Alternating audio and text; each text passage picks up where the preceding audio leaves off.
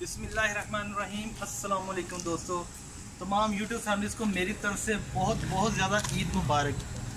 दोस्तों, ईद का मौका है और मेरी ख्वाहिश है कि ईद के मौके पे कुछ ऐसी रेसिपी आपके लिए लेके आऊँ जो कि बहुत ही ज़्यादा स्पेशल हो। और आजकल तो बहुत ही आसान है कि कोई भी रेसिपी बनाना। तो आज की रेसिपी जो मैंने आप लोगों के लिए डिसाइड की है वो है शनिवारे की नमकीन गोश्त की कढ़ाई।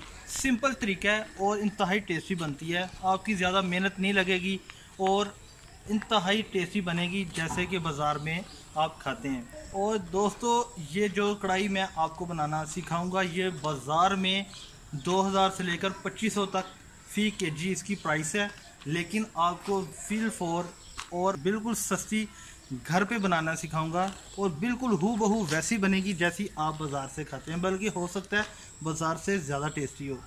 तो मज़ेदार सी शनिवारे की नमकीन गोश्त की कढ़ाई कैसे बनती है और इसको बनाने का तरीका क्या है, ये देखने के लिए चलते हैं किचन में।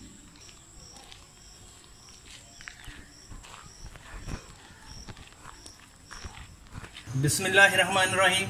पेशावरी नमकीन गोश्त बनाने का आगाज़ करते हैं। सबसे पहले हम कढ़ाई ले लेंगे और उसमें हम 1/2 लीटर ऑयल डालेंगे।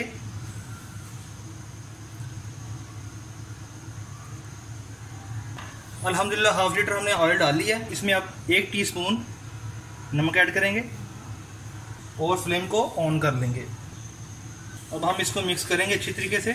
नमक अच्छी तरीके मिक्स हो गया है, ये देखें 2 मिनट लगेंगे।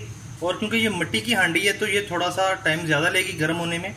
तो जैसे ही ये गर्म होगा हम इसमें मटन ऐड कर देंगे। अल्हम्दुलिल्लाह जी, हमारा ऑयल गर्म हो चुका है। अब हमने मटन लेना है। मटन आपने बोनलेस लेना है और उसमें थोड़ा सा हड्डियों वाला भी शामिल करना है आपने। बिल्कुल बोनलेस नहीं यूज़ करना आपने और ना ही बिल्कुल हड्डियों वाला यूज़ करना। ये देखें हड्डी वाला भी यूज़ है, ये देखें हड्डी वाला भी हमने यूज़ किया है और बोनलेस भी। और अच्छी तरह इसको खुश्क कर लिया हमने और अब हम इसको कढ़ाई में डालेंगे।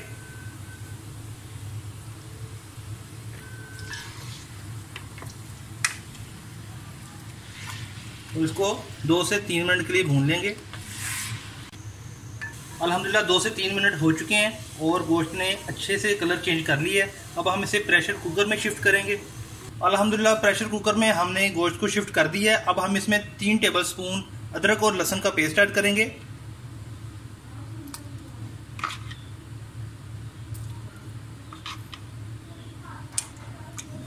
इसमें अब टमाटर ऐड करेंगे 6 से 7 अदद। आप काट के भी इस्तेमाल कर सकते हैं, लेकिन अगर आप फुल ऐड करेंगे तो ज़्यादा अच्छा रहेगा।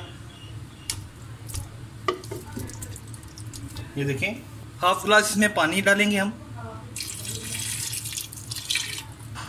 तमाम चीज़ें हमने इसमें डाल दी हैं। अब हम इसे बंद करके रख देंगे और सीटी आने के बाद 12 मिनट तक इसे पकाएंगे।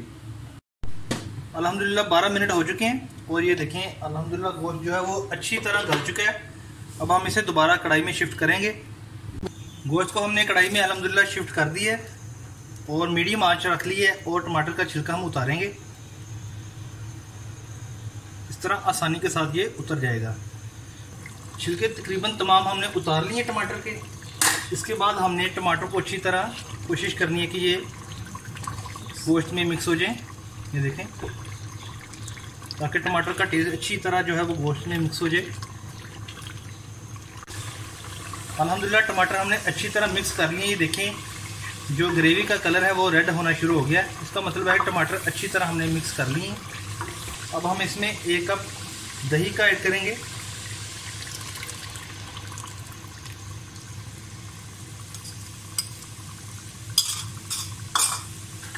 और इसको थोड़ा सा तेज़ आंच में पकाएंगे जब तक दही का पानी खुश्क नहीं हो जाता।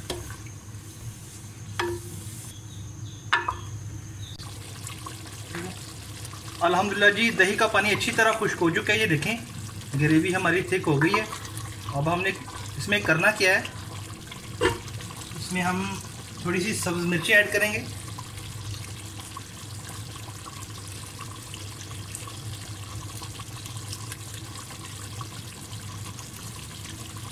और धनिया ऐड करेंगे अब इसमें।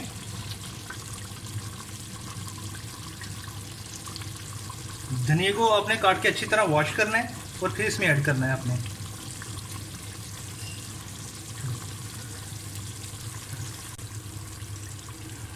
धनिया ऐड करने के बाद हम इसमें काली मिर्च ऐड करेंगे 1 टेबलस्पून